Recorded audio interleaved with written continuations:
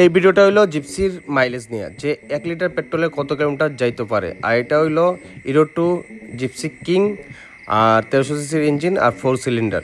তো কারণে আমবাসা থেকে আমি ফুল ট্যাঙ্কি তেল ভরিয়া রওনা দিলাম এবং শিলচরে গিয়ে আবার বরমু। তাইলে এই হিসাবটা তোমরা বুঝিয়ে নিও যে কত কিলোমিটারে কতটুক তেল জ্বলছে।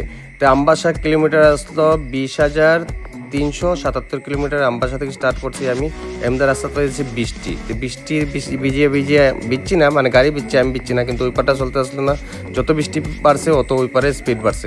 আর আমার লগে কুমারঘাট থেকে জুপিটার লেগে গেছে, এখানে আমি একলা যেতাম আসতাম। আর আকাশ তো পুরা কালো, বৃষ্টি দইয়া আবার কালা হইয়া রয়েছে। তারপরে আস্তে আস্তে আমরা যেতে লাগবো চুরাইবাড়ি গেট পারে, এরপরে যেতে হবে আবার আসাম গেট। তাই আসলাম ত্রিপুরার লাস্ট গেট চুরাইবাড়ি গেট। তারপরে এই জায়গা থেকে 110 কিলোমিটার হলো শিলচর। তারপরে আমরা যাত্রা শুরু হলো আসামে শিবভূমি ডিস্ট্রিক্ট। তারপরে আমরা শিবভূমি পারিলে পাইবো আমরা কাছাড় ডিস্ট্রিক্ট, তারপরে পাইবো আমরা শিলচর। তো ওই কারণে আমরা যাত্রা, তো আমি আর জুপিটার আসি, এখন বাকি রয়েছে 100 কিলোমিটার।